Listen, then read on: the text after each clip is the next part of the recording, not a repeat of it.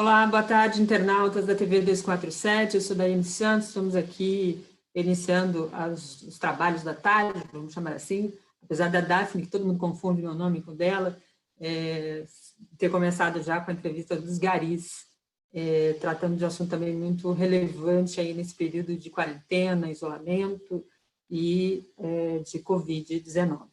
Nós vamos tratar também sobre um assunto que muito preocupa todos nós brasileiros, e eu acho que é uma das questões que tem dado espaço para mais preocupações e desalentos e uma certa falta de perspectiva, porque diante de uma doença como essa, o trabalho, o nosso sustento, é uma das preocupações que aflige o brasileiro em condições, vamos chamar de normais. Imagine numa condição como essa, onde há o fechamento de diversos estabelecimentos, onde as questões de renda, né, o seu sustento fica sem perspectivas de saber o que vai acontecer, que não vai, se o emprego vai continuar, num ambiente que a gente já tinha de crise, de muito desemprego. Então, nós convidamos aqui o Dr. Wander Medeiros, que é advogado, é professor da Universidade Estadual do Mato Grosso do Sul e conselheiro federal da Ordem dos Advogados do Brasil. Dr. Wander, muito obrigada por nos atender, tudo caminhando? Obrigado, Daiane. A felicidade, a satisfação é toda minha de estar usando esse espaço, de estar disponível de me colocar respostas, perguntas, o que quer que seja, que a gente possa esclarecer. Eu tenho dito que no momento como esse que nós estamos passando, cada um contribui com o melhor que pode dar de si. Então, os médicos estão nos hospitais, as forças de segurança pública estão nas ruas, pedindo que as pessoas não fiquem em suas casas, e nós que somos da área do direito, o melhor que a gente pode fazer é tentar trazer esclarecimento para minorar as consequências jurídicas e econômicas dos efeitos deletérios dessa questão do Covid. Então, é uma felicidade para mim estar aqui falando sobre isso. Verdade. Obrigada, doutor. Eu queria começar indo para o macro, para depois a gente entrar um pouco mais nos detalhes, até porque a gente conversou um pouco antes aqui do início da nossa live. Nesse processo todo, o Bolsonaro fez diversos comentários, faz campanha para que o isolamento seja suspenso, ele defende que as questões econômicas devem estar à frente, porque o desemprego será maior, etc.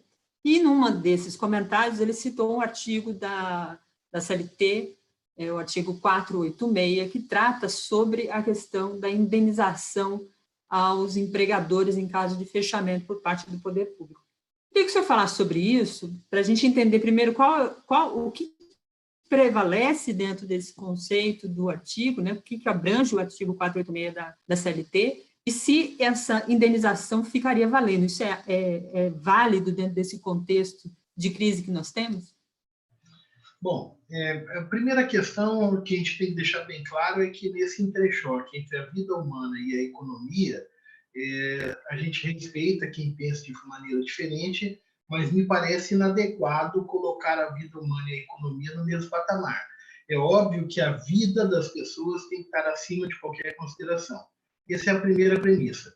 A segunda questão, dizer que o artigo 486 da CLT, que é a demissão pelo fato do príncipe, que é um dispositivo antigo, que tem na CLT desde 1943, desde a sua edição, que a demissão por fato do príncipe seria aplicável nesse momento que nós estamos vivendo, com todo o respeito de quem pensa diferente, mas me parece inadequado. Quem é da área trabalhista sabe que isso não é uma afirmação que corresponde à realidade. Por quê?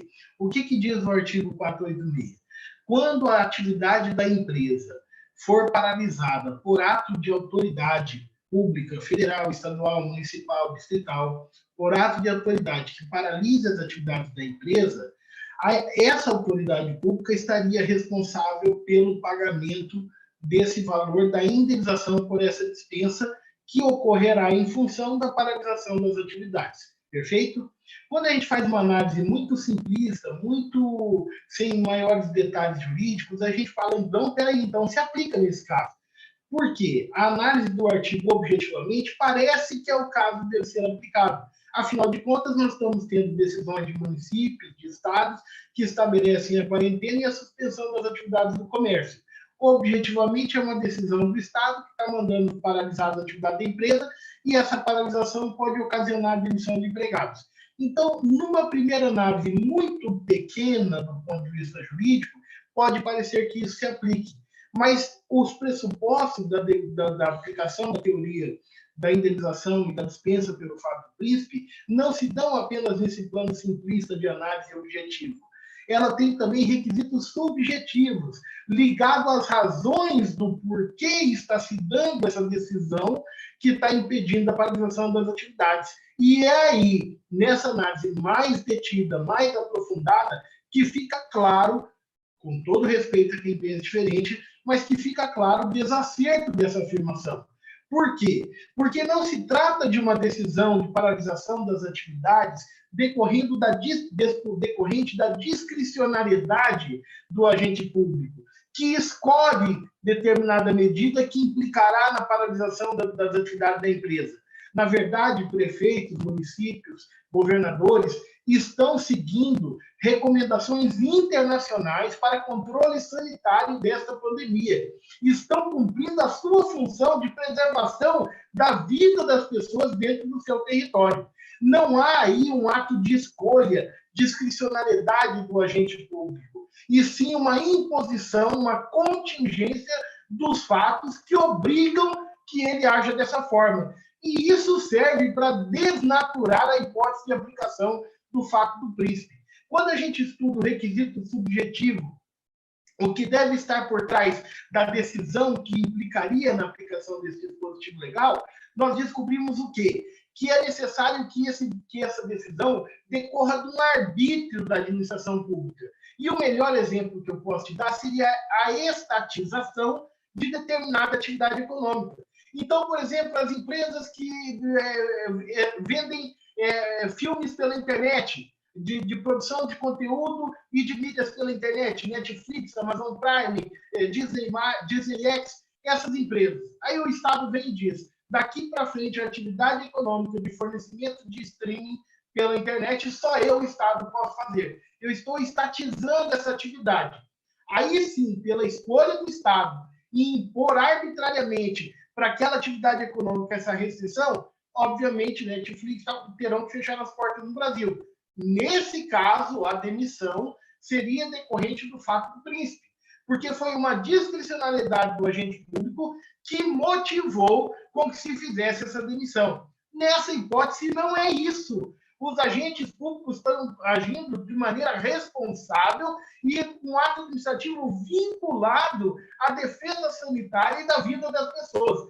E isso afasta, com todo respeito a quem possa pensar de maneira diversa, mas isso afasta muito facilmente de se perceber isso por completa aplicação do artigo 486. Então, foi muito infeliz essa afirmação, feita por quem quer que seja, por qual que for a autoridade, isso foi muito infeliz. E é ruim que isso tenha sido feito. Por quê? Porque pode motivar a realização de despesas de trabalhadores pelas empresas, o empresário pensando, já está difícil, já não está fácil para ninguém. Aí o empresário escuta uma coisa dessa e fala, quer saber, eu vou mandar embora. Vou mandar embora e esse trabalhador vai receber da prefeitura, ou vai receber do Estado, e ele vai se desonerar. Então, essa fala, além de técnica, ela é muito infeliz. Por que ela é infeliz? Porque ela pode motivar que empresas tomem a decisão de demitir as pessoas. E não é bom que autoridades públicas peguem um momento tão difícil e deixem ele ainda mais tumultuado, falando coisas impropérios desse gênero. Por isso que a gente pode dizer que é bastante criticável esse tipo de postura e esse tipo de afirmação. Perfeito, doutor Wander. Deu para entender quais são os aspectos jurídicos, né, que estão em torno desse artigo da CLT e por que a interpretação não pode ser da forma que tentou se levar aí, conforme a declaração do Bolsonaro. Tem bastante gente já aqui no nosso bate-papo. Eu já queria saudar aqui a Luciana Oliveira, que entrou como membro do nosso canal. Obrigada, Luciana. Faça como ela, acione o sininho, contribua aqui com o canal 247, como diz o Mauro, após TV, né? Dentro aqui da nossa contribuição à sociedade, nós tentamos fazer a alternativa diante de tudo isso. Tem vários comentários aqui de um internauta chamado Rogério Carvalho. Ele diz, a alternativa para salvar o emprego e os salários da esquerda, que ele diz aqui, né, é o povo sair para trabalhar e não ficar confinado em casa, amedrontado pelo que dizem os dizeres vermelhos disfarçados desse país. E aí ele diz, Wander e Daiane, vocês acham que o povo trabalhar é um massacre para o povo? O senhor, no início, começou dizendo exatamente, apontando a diferença entre a questão da saúde, né, pública e da vida humana e o trabalho, economia e emprego. Essas duas balanças parecem muito equivalentes quando a gente coloca a situação das pessoas que estão com dificuldade de salário, dificuldade de renda, porque tiveram que parar de trabalhar, mas a gente precisa entender quais são os equilíbrios disso e do papel que o Estado tem diante dessas questões todas, né, doutor? Veja só, como que é o nome O Rogério Carvalho. Veja só, é preciso respeitar a opinião do Rogério, porque ela é legítima. Muito provavelmente ele está ali afligido por questões econômicas que estão afligindo toda a sociedade. Mas o que eu quero dizer para o Rogério, para todo mundo que está nos assistindo e para você, Daiane? Eu tenho 20 anos como advogado na área trabalhista e defendendo principalmente trabalhadores. Eu tenho 18 anos como professor, 16 anos na Universidade Estadual e dando aula de processo e direito do trabalho. Eu tenho uma vida dedicada à defesa dos direitos sociais do trabalho. Então, pode acreditar que me dói ter que dizer que, nesse momento, o que preserva a vida das pessoas não é estarem trabalhando, mas estarem em suas casas, se prevenindo, na medida do possível, do contágio dessa pandemia. Agora, isso é um fato que se impõe na nossa sociedade, não por uma discricionalidade ou uma escolha de qualquer matiz política, seja de esquerda ou de direita, desse ou daquele governante. Esse é um fato que se impõe em nossa sociedade por uma contingência de algo que está acontecendo que é inédito na nossa geração. Na nossa história recente, na nossa geração, nunca aconteceu uma pandemia com essas proporções. E aí me parece que a melhor forma de nós interpretarmos esses fatos e como sairmos desses fatos está num detalhe que é assim, a gente olhar e tentar aprender com a experiência de outros países e outros lugares. Então, o que está se fazendo em termos de mundo como medidas de combate? A primeira medida de combate a essa pandemia do coronavírus, do Covid-19. Em todo o mundo, o que tem se adotado é o isolamento. Em todo o mundo, o que tem se adotado é a quarentena, para evitar que o contágio seja muito acentuado de maneira muito rápida e que a curva possa ser prolongada de modo a não implicar na falência do serviço público de atendimento. Numa hipótese como essa, não se trata de satanizar o trabalho. Se trata de dizer que no conflito entre o trabalho, a necessidade de trabalho e a necessidade de preservação da vida, a escolha deve ser a preservação da vida. E se não bastasse a gente pensar isso em termos de Brasil, a gente tem um exemplo do que está acontecendo no mundo inteiro. Então, esse é um caso que me parece que o mais recomendável e o mais prudente é que nós acompanhemos o mundo e as medidas sanitárias que têm seguido em termos de mundo. A partir disso, é claro, o que me parece que a gente tem que ter em vista também é a preocupação com as consequências sociais desse isolamento, as consequências sociais desta quarentena, porque elas virão. Empresas não estão produzindo, comerciantes não estão vendendo, as pessoas que têm salário correm o risco de serem demitidas pela paralisação das atividades. Não se trata de dizer que não existirão consequências sociais. Elas virão. Acontece que essas consequências sociais, no conflito entre pagar o preço de vê-las depois e agora preservar a vida humana, a escolha, pelo menos a que eu faço, e acredito que é o que em termos de mundo tem sido feito, e a maioria das pessoas tem feito, é de preservar a vida humana. E é isso que há. Então, embora a gente respeite quem pensa de forma contrária, seja legítimo as pessoas estarem aflitas por isso, o que se pode dizer nesse momento é, infelizmente, é um momento que a contingência da realidade está nos impondo a agirmos assim. É isso que me parece e é assim que eu tenho enxergado essa situação. Corretíssimo. Corretíssimo, doutor. Vamos entrar aqui, então, em alguns aspectos. Eu achei importante responder o Rogério, o pessoal fala aqui para não dar muita ênfase, e às vezes eu ignoro mesmo, mas eu acho que essas dúvidas todas estão na cabeça, como disse o doutor, de muitos trabalhadores, né, que estão numa situação de sem perspectiva, de saber o que vai acontecer daqui a uma semana, daqui a um mês, se vai ter dinheiro para pagar o aluguel, se vai ter dinheiro para pagar a conta de luz, água, se vai ter comida dentro de casa. E a gente precisa entender quais são essas preocupações, se colocar no lugar do outro, para a gente trazer perspectivas e que as pessoas possam entender que esse momento é um momento de sacrifício e que, para a gente resguardar as nossas vidas, as vidas daqueles que estão próximos a gente precisa fazer algumas escolhas, né? E também cobrar as medidas adequadas de quem se deve, no caso, os governos, tanto os municipais, federais, estaduais e federais, né? Professor, queria entrar aqui em alguns aspectos mais propriamente dessa nova MP que foi editada pelo governo, que tentou ali, de certo modo, fazer uma correção, se é que a gente pode chamar dessa forma, mas da primeira MP que suspendia os salários por 4 meses. A medida agora faz um escalonamento de algumas medidas comparadas à medida anterior e traz aquele aspecto que já existia, de certo modo, na nossa legislação trabalhista, que é a suspensão dos contratos. Mas, na nossa legislação, trazia essas medidas só seriam feitas de acordo com alguns critérios, de acordo com algumas condições. E a medida editada pelo governo, ela modificou alguns aspectos e alterou outros de forma muito, muito precisa ali em relação ao tempo, à estabilidade seguinte. Queria que o senhor fizesse primeiro uma análise geral dessa MP e aí a gente fosse entrando aqui nos pontos que aborda essa medida.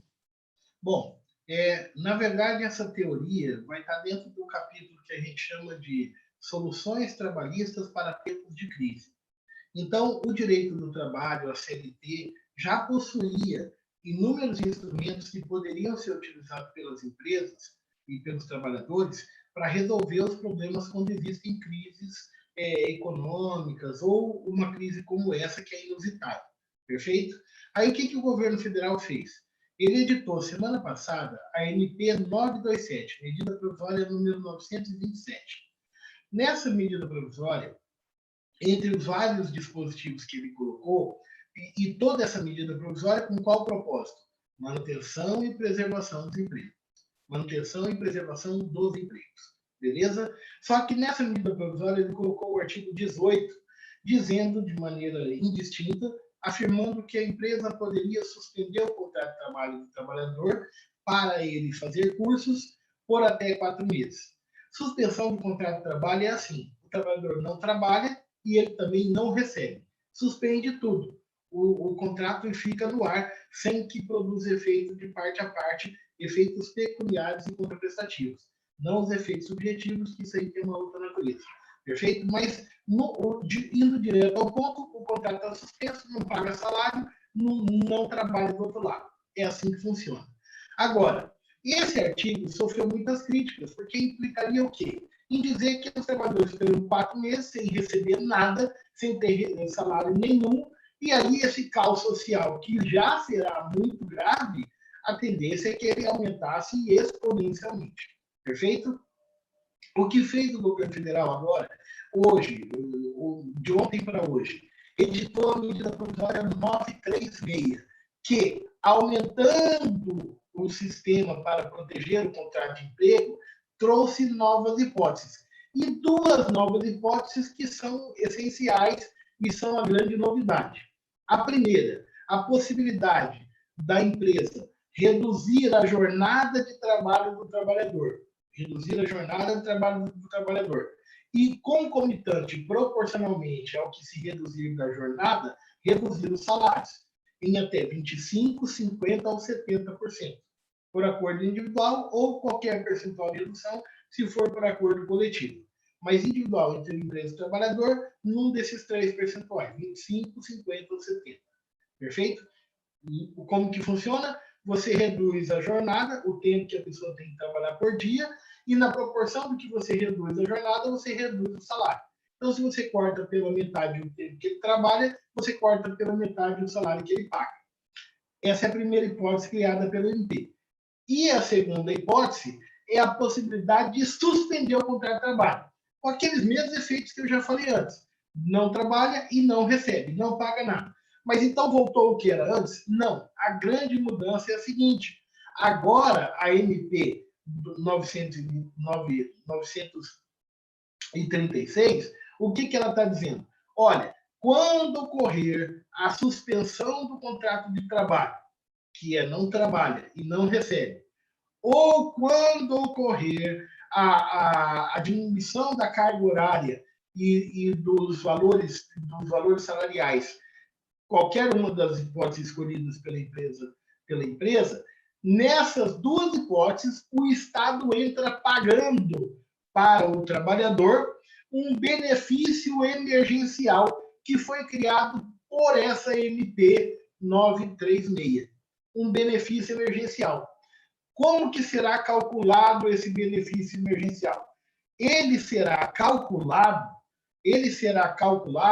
na proporção como se calcularia o seu seguro-desemprego se você fosse demitido, seguindo aquela organização do cálculo do seguro-desemprego, que vai ter uma série de métricas, conforme a média salarial, você multiplica por 0,8, e o seguro-desemprego pode variar de um salário mínimo até R$ 1.643 de salário de seguro-desemprego. Então, dentro dessa faixa, proporcionalmente ao que se reduzir da sua jornada de salário, você receberá proporcionalmente do Estado. E se houver suspensão, que é a paralisação total, você receberá o seguro-desemprego calculado, receberá o benefício assistencial calculado igualzinho ao seguro-desemprego, na proporção como se você tivesse sido mandado embora. Perfeito? E aí a CMP criou uma série de limites. Primeiro limite, a suspensão, que é o não trabalho, não recebe, pode ser de no máximo 60 dias. Então, não pode suspender por mais de 60 dias. Somado, suspensão e diminuição de salários, o prazo total que pode acontecer é de 90 dias. Perfeito? E aí, dentro desses 90 dias de limite máximo, a empresa e o trabalhador poderão negociar, e aí eu não vou falar negociar, porque a verdade é que será uma imposição da empresa, vamos ser muito prático e direto, a empresa poderá escolher entre suspender 30 dias, diminuir o salário por 60, ou suspender 60, diminuir o salário por 30, ou não suspender nada, diminuir salário e jornada por 90 dias. Os dois grandes limites são esses: 60 dias para casos de suspensão, no máximo 60 dias, e 90 dias para total, entre suspensão e diminuição de salário e jornada. Doutor, o senhor citou o caso do seguro-desemprego. Em geral, o seguro-desemprego ele tem algumas regras quando você já utiliza. No caso dessa medida, ele altera alguma questão em relação ao seguro-desemprego depois de uma solicitação em seguida? Porque uma grande preocupação das pessoas é, primeiro, a estabilidade que esse governo deu. Primeiro eu pergunto se isso foi justo, né? Então, se foi 2 meses de suspensão, ele dá o mesmo período de estabilidade. Não seria o caso de aumentar um pouco essa estabilidade para o trabalhador? Essa é uma questão. A outra é como é que fica a questão aí do uso do seguro-desemprego. O trabalhador, se utilizar agora, numa condição dessa, por uma decisão da empresa, ou seja, de demissão, ele não poderá usar depois o seguro-desemprego? Não, a medida provisória esclareceu isso e não há nenhum prejuízo que o trabalhador agora utilize esse benefício emergencial e depois, mais à frente, em sendo demitido, faça uso de seguro-desemprego. Falando de outra forma mais clara, pode receber o benefício assistencial agora e depois, havendo uma demissão, vai receber o seguro-desemprego sem nenhuma modificação. Perfeito? Um não vai impedir o outro. Ambos vão coexistir sem nenhuma dificuldade. Sobre a questão da estabilidade, como que ficou frisado a estabilidade dentro da medida provisória?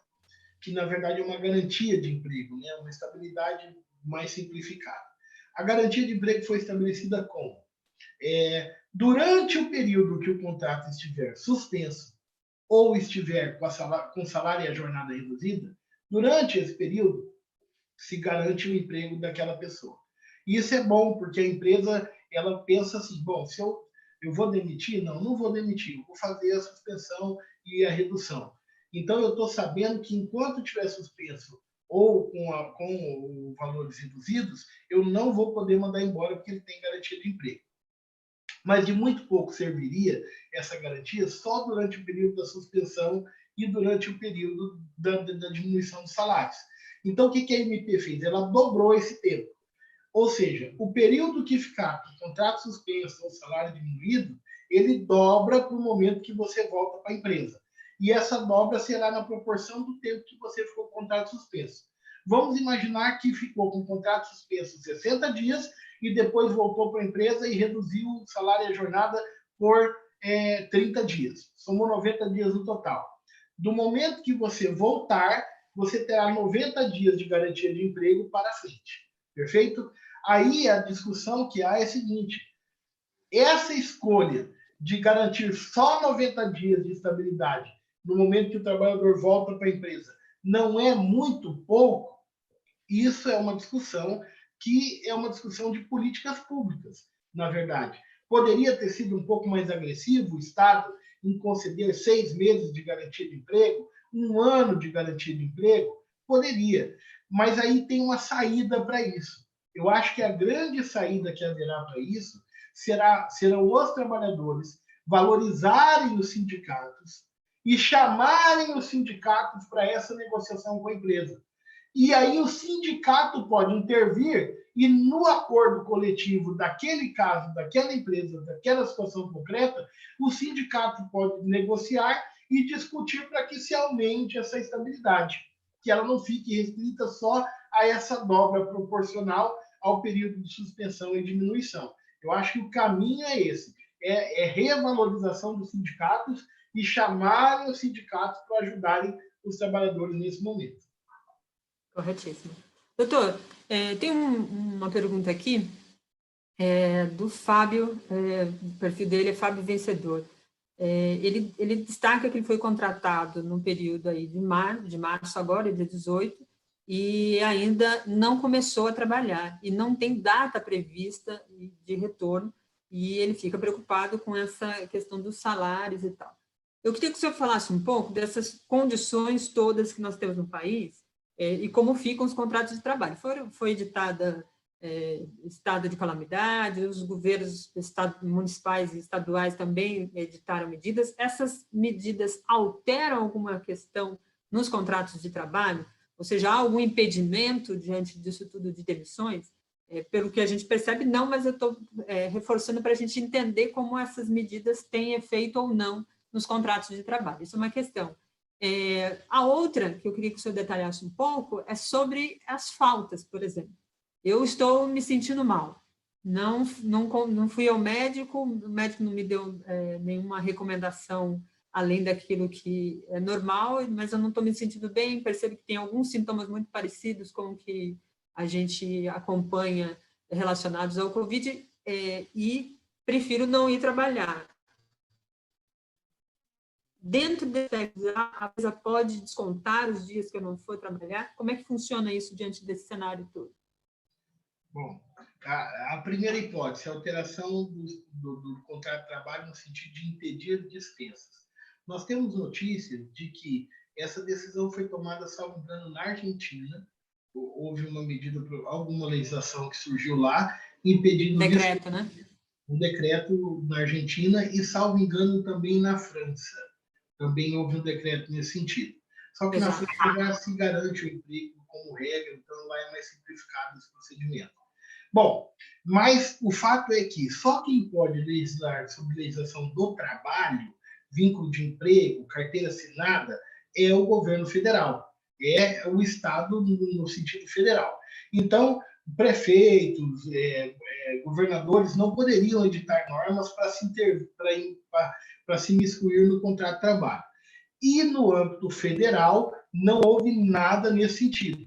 Não surgiu nenhuma norma que proibisse demissões. Então, vale para as demissões desse período aqui as regras odiernas, as regras ordinárias, que já valem para qualquer momento. Então, são os casos de dispensa sem justa causa que o empresário vai lá e paga a multa do FGTS, o aviso prévio, se for indenizado, se for trabalhado, os haveres rescisórios, ou, se não dispensa sem justa causa, uma dispensa por justa causa, pelo cometimento de alguma falta pelo trabalhador. Perfeito? Então, não mudou nada na permissibilidade da dispensa sem justa causa, da dispensa imotivada nesse momento. Isso pode acontecer ainda, beleza? Não poderá, por exemplo, quando? Nesses casos agora que surgiu, se a empresa vai lá e suspende o contrato, aí ela fica por 2 meses, se ela suspendeu por 60 dias, ela fica por 60 dias impedida de mandar embora a pessoa, além dos 60 dias que o contrato estiver suspenso. Tá? Que são as regras que nós já falamos lá. Então, não mudou nada disso, ainda pode haver a dispensa. Em relação, como que é o nome do rapaz que mandou a pergunta? Flávio? Fábio. Fábio.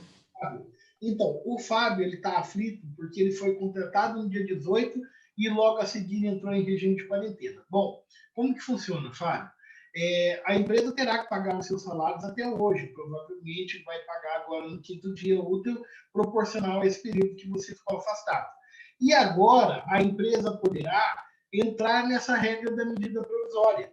Ela não precisa te dispensar, porque a medida provisória ela não distingue o momento da contratação. Não significa que você já tenha que ter sido contratado há 2 anos, ou 1 mês, ou 2 meses. Estando empregado com carteira assinada, pode se enquadrar nos termos dessa medida provisória. Haver a suspensão e você receber o seguro-desemprego, receber o benefício assistencial emergencial, que é calculado como se fosse um seguro-desemprego. Tá joia? Tem essa possibilidade para você. E em relação às faltas, o governo está em falta com isso, porque foi falado que, como é que funciona hoje?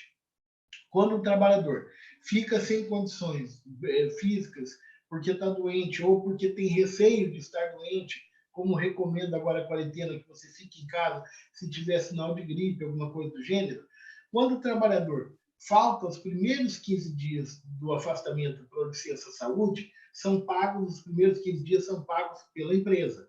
A partir do 16º dia, quem paga é a Previdência Social.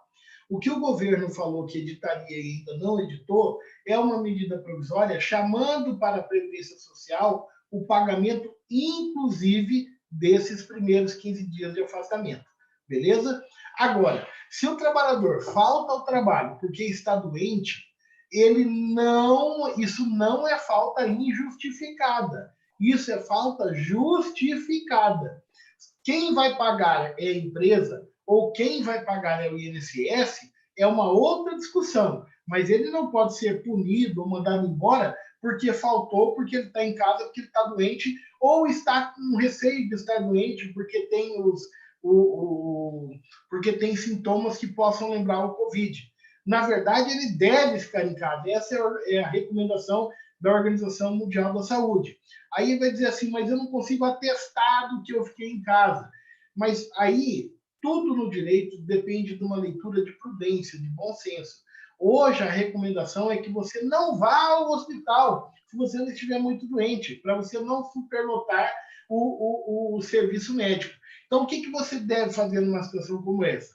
Você comunica expressamente à empresa, por WhatsApp, por e-mail, por cartinha, por bilhetinho.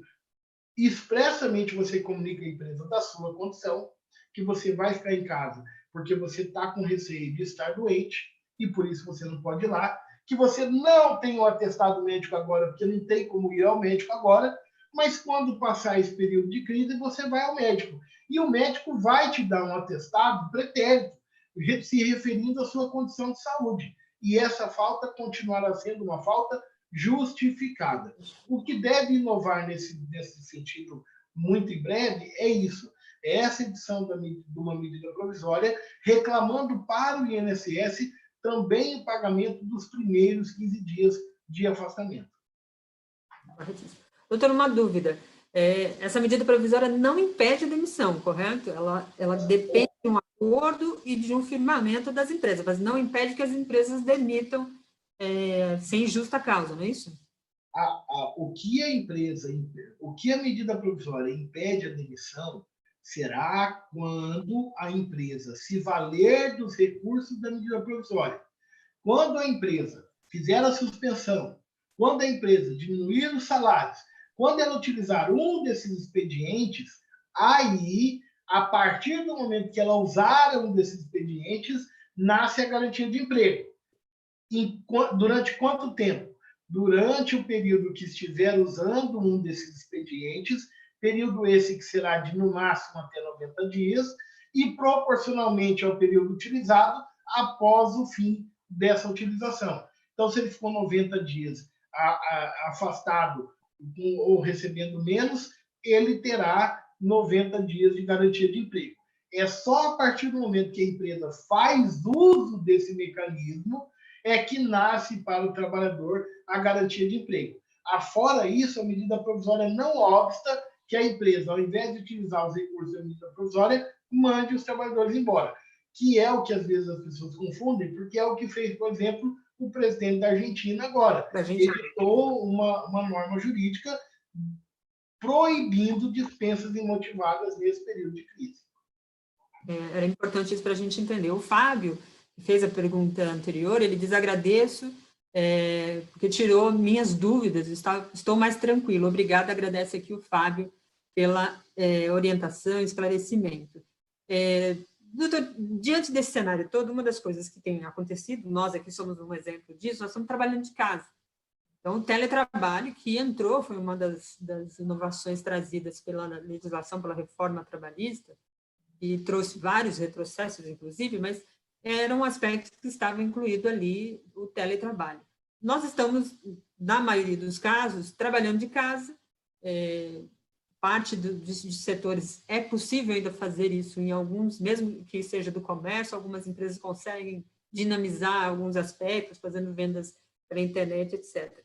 Como é que abarca a legislação trabalhista diante desse cenário todo? Por exemplo, os custos que esses trabalhadores devem ter, como é que isso se configura, o que o trabalhador pode exigir e cobrar das empresas como medidas para suster ali a sua manutenção do seu trabalho dentro de casa. Olha só, Daiane, é preciso esclarecer uma coisa. O teletrabalho, o trabalho em home office, o trabalho em casa, ele já era regulado pela CLT. Ele já existia desde 1943, já previa a legislação trabalhista, já tratava do teletrabalho.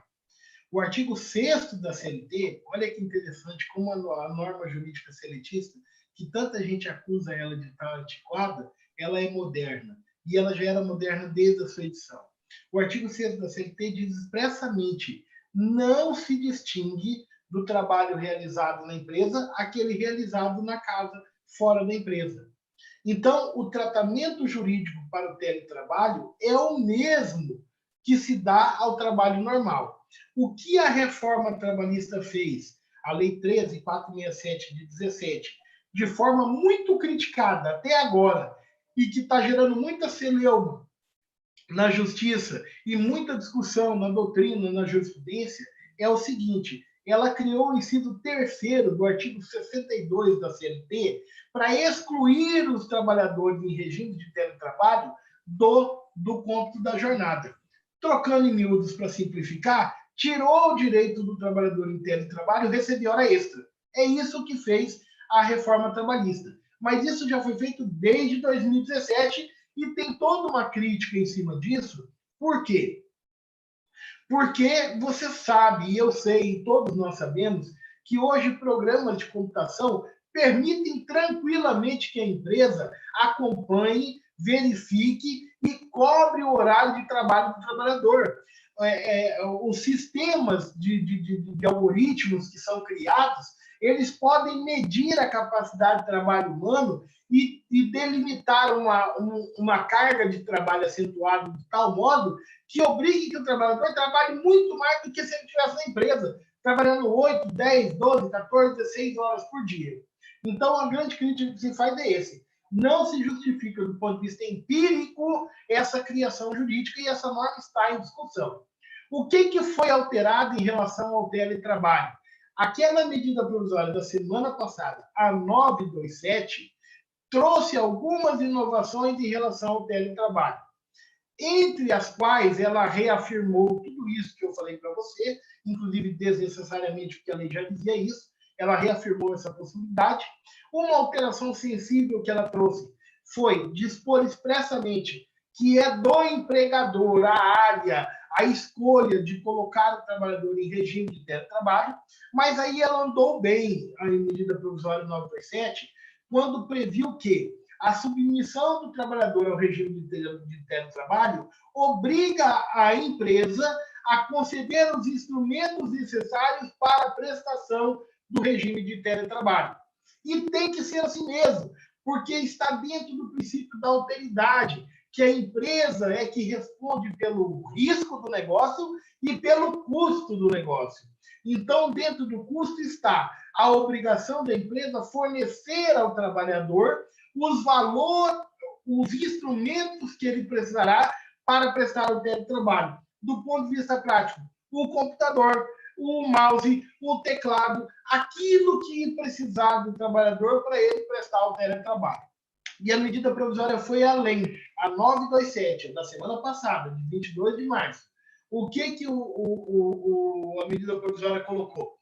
Que, além do fornecimento desses instrumentos, competirá a empresa negociar com o trabalhador, mediante acordo individual escrito, uma forma de contraprestação, uma forma não de contraprestação, na verdade, uma forma de indenização do que quer que o trabalhador passe a despender economicamente por estar prestando teletrabalho. Ou seja, se eu estou em teletrabalho, eu vou gastar a minha luz, eu vou gastar a internet, o consumo da internet que eu tenho, o plano de internet que eu tiver, eu vou gastar o consumo de água, enfim, o quanto que o trabalhador terá como despesa para prestar o regime de teletrabalho. Esses valores serão objeto de uma negociação, um acordo individual, prevendo que a empresa vai ressarci-lo dessas despesas. E aí andou bem a medida provisória ao prever isso, por quê? Porque a gente sabe também que se você está falando da despesa, da realização do trabalho em casa, isso é uma miscelânea. A conta de luz não vem separado. O tempo que você gastou usando o computador para trabalhar para a empresa, o tempo que você gastou de luz, isso não vem separado. Então, é óbvio que tem que ter um juízo de proporcionalidade, de razoabilidade, um acordo entre as partes, dizendo, olha, daqui para frente, minha luz, eu costumava gastar uma média de R$200. Agora, minha luz aumentou para 250. É óbvio que esses R$50 aí foi a empresa que foi optar em teletrabalho. E aí vai fazer um acordo para que a empresa remunere essa proporção. E ainda um outro avanço que a medida provisória trouxe, e isso foi positivo, foi dispor expressamente que, se a empresa colocar o trabalhador em regime de teletrabalho, mas não fornecer a ele os instrumentos para ele prestar o teletrabalho, esse tempo que ele permanecer em casa sem os instrumentos será tido como tempo à disposição do empregador, ou seja, como licença remunerada. Ou seja, de maneira mais simples, a pessoa vai ficar em casa, como a empresa não forneceu o computador, ela não vai ter como trabalhar, mas ela vai receber o salário do mesmo jeito. É isso. Entendi. A gente percebe que tem muitos detalhes, né? Detalhando bastante para que a gente tente resguardar todas as dúvidas aí que vocês têm. Tem alguns comentários aqui, professor, dos nossos internautas. A Adriana Brito diz: meu marido e meu filho estão fazendo home office, só param para almoçar, estão trabalhando para caramba e ainda tem gente que acha que home office não faz nada. Destaca aqui a Adriana Brito, nossa internauta, sempre acompanhando aqui com a gente. Obrigada, Adriana. Tem mais aqui, deixa eu pegar. Amanda B. A empresa pode se beneficiar da medida provisória, né, editada pelo Bolsonaro, se puder trabalhar, mas optar por não funcionar ou funcionar parcialmente, ela pergunta. Isso está dentro do ius variandi, que é o poder diretivo do empregador. A empresa ela poderá escolher se vai optar por essa medida, mesmo que ela tenha condição de continuar funcionando. Exemplo, existem atividades essenciais que continuam em funcionamento mesmo durante a quarentena. por exemplo, o fornecimento de gêneros alimentícios. Mas o supermercado pode escolher suspender as suas atividades se perceber que não está tendo consumo, que não está tendo clientela, e aí ele vai suspender as atividades e se valer da medida provisória na proporção do que for necessário. Então, não há uma obrigatoriedade em nenhuma das vias de análise. Nem a empresa é obrigada a se valer da medida provisória se ela não precisar, e nem a empresa não poderá se valer da medida provisória se ela não precisar. Então, nas duas hipóteses, é uma discricionalidade da empresa fazer uso dessa medida provisória, que, na verdade, sendo bem técnico, na verdade, é da empresa e do trabalhador. Quando eu falo da empresa, já é pensando naquela diferença histórica que há na simetria entre a relação capital e trabalho. A gente sabe que, sobretudo no momento de crise como esse, que já tem muito desemprego, muita gente procurando trabalhar, diminuindo o pós-trabalho, o que vai acontecer? Vai ser a vontade do capital que vai se impor sobre a vontade do trabalho. Então, quando eu falo empresa, isso aqui é uma licença, porque tecnicamente seria empresa e trabalhador. Uma pergunta aqui do Ricardo Rodrigues Galvão. Ele diz: boa tarde, sou bancário concursado do Banco do Brasil. Estou em casa por coabitação com pessoa do grupo de risco. Minha esposa, também bancária, tem asma. Essas medidas vão impactar nos concursados? Pergunta ele. Olha só, a ANP, ela excluiu expressamente os entes da administração pública direta e indireta, as autarquias, as fundações, as empresas públicas e sociedade de economia mista. Deixa eu checar isso aqui, mas ela diz isso expressamente. O Banco do Brasil é uma sociedade de economia mista. Deixa eu só confirmar aqui. Não, tranquilo, professor. Enquanto isso, eu vou lendo aqui alguns outros comentários. Tem bastante gente falando sobre essa questão da situação do país, né, as perspectivas que o país tem diante desse cenário atual e o que nos espera, né? Tem aqui, eu tinha pescado uma pergunta aqui, cadê do César? Acho que é César o nome dele. César Fábio Miller. Quem trabalha em casa e incorpora o trabalho à vida, e isso é muito mais, é dificilmente controlado, muito difícil de se controlar, destaca aqui o César Fábio Miller. Tem o Rogério Volta aqui, quem consegue trabalhar em home office e como faz, né? Destaca ele, o professor já entrou nessa pergunta aqui, justamente para tratar sobre esses aspectos todos, Rogério, sobre o home office. Como essa MP foi editada hoje, eu li, eu não estou conseguindo encontrar aqui agora para falar para você, mas eu posso dar um busca aqui. Tá aqui, achei. É o parágrafo único. O parágrafo único do artigo 3º. O disposto não se aplica às empresas públicas e à sociedade de economia mista. O Banco do Brasil, portanto, não poderá utilizar esse MP. Mas eu quero falar uma coisa importante sobre isso aí, se você me permite. Pode ser? Sim, claro. Toda essa legislação que está falando sobre redução de salários, sobre suspensão de contrato, toda essa normatividade que está vindo para preservar vínculos de emprego de trabalhadores, ela é válida, a gente tem que partir de uma análise a priori positiva, porque a gente tem que pensar na redução do custo social que advirá dessa crise de saúde pública. Então, a gente tem que ter predisposição a interpretar essa legislação de maneira prudente e positiva. Eu acho que é uma medida de responsabilidade social nesse momento. Agora, é necessário empreender um juízo de equidade sobre esse fato. E é espúrio, é indigno que segmentos empresariais que acumulam lucratividade há anos e anos venham agora, nesse momento, dizer que ainda precisam se valer de expediente de diminuir direitos dos trabalhadores por conta do momento econômico. Porque se tem um segmento que não deveria e deveria ter sido expressamente excluído dessa medida provisória e das outras, e o que mais tem que seguir, é o segmento bancário. Porque é um segmento que acumula lucratividade há décadas. Então, eles têm toda a condição econômica de resistir a esse momento de crise sem impor aos seus trabalhadores nenhum tipo de aflição. Então, não se trata de dizer que a gente tem que dispensar para todas as empresas o mesmo tratamento. A gente pode pensar em dispensar medidas de proteção e prevenção ao trabalho para empresas do segmento de comércio, de indústria, e dispensar um outro tratamento para empresas de segmento como o bancário. Então, no caso, respondendo a pergunta do nosso internauta que está nos assistindo, ele está excluído porque ele está no Banco do Brasil. Mas isso deveria servir para todos os bancários de todos os segmentos. É indigno que o segmento bancário venha dizer que para sobreviver a esse momento de crise precisa retirar direitos dos trabalhadores, porque ele tem muito caixa acumulado que agora é hora de gastar. Haverá um custo social para todo mundo e não é possível que ele só seja pago pela classe trabalhadora. Ele terá que ser pago por todos. A sociedade toda está afligida. Isso é um fato que se impõe a toda e qualquer pessoa, seja empresário, seja trabalhador. Mas existem segmentos que já têm bastante dinheiro acumulado para poder resistir num momento de crise como esse. Corretíssimo.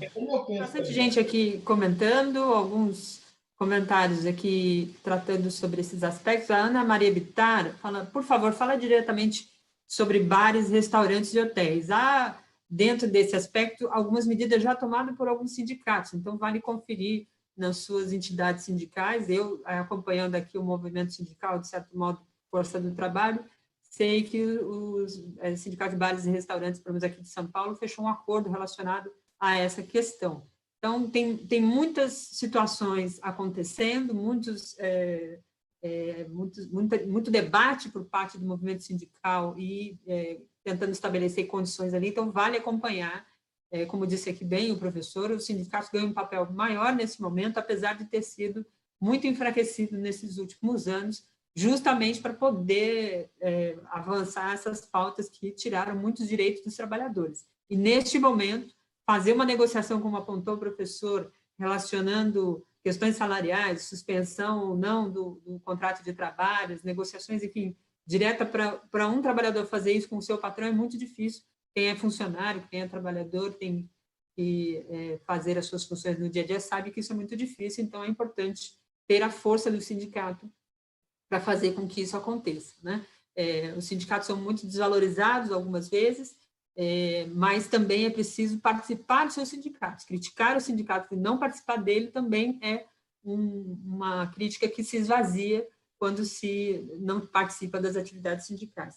Eu já estou quase terminando aqui, doutor, e eu não poderia finalizar sem antes a gente abarcar algumas questões aqui para a gente amarrar isso, já deixando aqui o convite aberto para voltar a falar sobre esse assunto, porque certamente tem cauda, a gente percebe pelas perguntas dos diversos internautas, mas eu queria que o senhor falasse um pouco para a gente sobre o papel que o Estado tem diante desse cenário todo, né? O senhor falou no início das medidas, da importância das medidas, como o Brasil tem se mobilizado, tem acionado os seus instrumentos e como outros países têm feito. Diante de um cenário tão complicado, onde as perspectivas, como a gente também aponta, são difíceis, o papel do Estado ele ganha muita força e é preciso que ele interfira tanto para garantir a vida, que é o principal, mas também garantir as perspectivas futuras para que a economia consiga se movimentar e retomar o caminho, pelo menos da onde parou, para conseguir prosseguir, não é isso?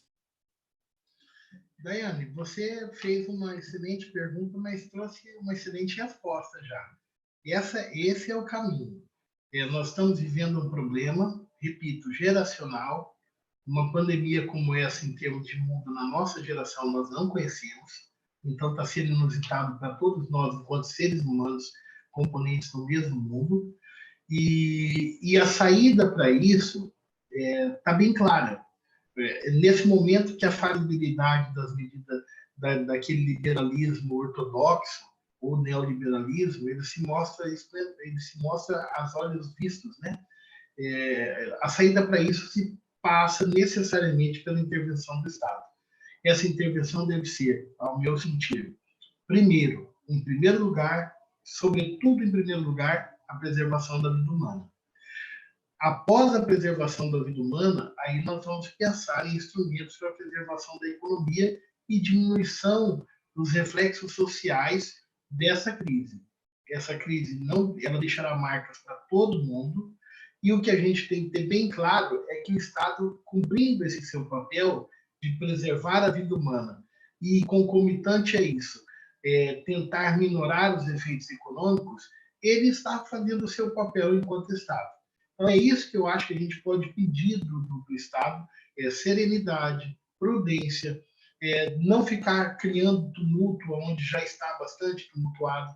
E a dor, eu tenho uma filha em casa com 12 anos, que é asmática. Eu tenho asma, eu tenho pressão alta, minha esposa tem pressão alta. Então, e a dor que a gente já tem dentro de casa, a aflição, o chegar à noite e não conseguir dormir porque começa a sentir as agruras do que está acontecendo no mundo. Aí, além disso, a gente tem um governo que haja não para simplificar e apaziguar os ânimos, mas para deixar mais complexo, eu acho que isso é inadmissível. O que nós podemos e devemos esperar dos nossos governantes é isso: prudência, serenidade, zelo pela vida humana e preservação de medidas econômicas que possam preservar empregos e empresas. Nesse momento, as empresas precisam. Falou aí bares, restaurantes, que é um segmento que, de ordinário, na sua maioria, é formado por pessoas que são pequenos empresários, que às vezes trabalham na cozinha, ou estão no caixa, ou estão servindo mesa. Essas pessoas também estão aflitas, como estão os trabalhadores hoje, pelo risco do desemprego. Então, tem que pensar em todo esse conjunto da sociedade e colocar medidas econômicas que possam minorar isso. Nem que tenha que se abrir mão de muita coisa, ou nem que tenha que se mudar políticas ortodoxas, liberais, que vinham sendo colocadas até então nessa história recente do Brasil. É isso que eu acho que a gente tem que esperar e é isso que eu acho que a gente tem que cobrar. Preservação da vida humana e atuação para a diminuição do custo social dessa pandemia. Corretíssimo. Doutor, eu vou fazer duas leituras aqui, a gente vai caminhando para os finalmente. Tem um comentário do Ricardo Rodrigues Galvão, ele diz: concordo com o professor, disse tudo. Agora é hora do Estado forte e não Estado máximo para uns e mínimo para outros. Obrigada, agradece aqui o Ricardo. E tem um superchat aqui do Marcos Raimundo. Ele diz: sou aposentado e ainda trabalho e estou em banco de horas e depois estarei de férias. Férias de 30 dias, posso propor a suspensão de contrato de trabalho? Isso é uma boa pergunta, porque a prerrogativa do pedido da suspensão é só para a empresa ou o trabalhador também pode pedir, professor? A escolha da suspensão pertence à empresa, mas o trabalhador pode pedir. Se ele será atendido ou não, a discricionalidade é da empresa. O trabalhador não pode impor a sua vontade de entrar na suspensão. Corretíssimo. Professor, tem muita gente fazendo perguntas. Certamente há outras dúvidas. Ano que as pessoas podem acessá-lo? Tem outro canal. O senhor faz um canal também aqui no YouTube, né? Vamos aproveitar para pedir a contribuição dos nossos internautas. Ano passado, um número de atividades, eu estava com ele um pouco parado. Mas eu retomei desde a semana passada na quarentena, eu tenho feito lives diariamente, de segunda a sexta-feira, hoje à noite tem uma noite, que são entrevistas tentando fugir um pouco do senso comum e buscando uma leitura mais aprofundada sobre os fatos da sociedade. E eu realmente gostaria de fazer esse pedido especial para quem estiver nos assistindo, porque desde que eu retomei o canal, nós aumentamos bastante o número de inscritos e está faltando, acho que menos que 30 para chegar a 1000. E chegando a 1000, a gente vai poder liberar esse espaço aí do Superchat, que eu pretendo, com esse espaço liberado no canal durante as lives, pedir contribuição de quem estiver nos assistindo. Contribuições essas que serão integralmente revertidas a um fundo de amparo à advocacia que foi criado pelo Conselho Federal. Então, você, se quiser contribuir de alguma forma, as informações sobre esse fundo estão lá no canal do YouTube, no Sapiri Audio, e você pode pegar os últimos vídeos, tem lá a conta, se você quiser contribuir. Mas você também contribui me ajudando nisso, que a gente aumente o número de inscritos, porque aumentando esse número de inscritos, eu vou poder liberar essas ferramentas dentro do canal. E o convite é esse, eu estou à disposição, tem o canal, tem um site com meu nome, vandermedeiros.com.br, lá também você encontra e-mail, encontra contato, e eu estou à disposição. A hora que chamar, a gente bater na agenda, a gente pode falar sobre isso. E é como eu disse, a tentativa agora, num momento como esse, a gente tem que procurar dar para a sociedade o melhor que a gente tem de si. O que eu posso fazer como profissional, como advogado, como professor, é o que eu tenho tentado fazer. Eu conheço um pouco da área trabalhista, porque eu tenho vivência nessa área, estudo nessa área, e se eu puder contribuir para que, de alguma forma, as pessoas encontrem serenidade e paz, para que, de alguma forma, as empresas possam demitir menos e esse custo social for menor, é meu papel fazer e eu estou à disposição para isso.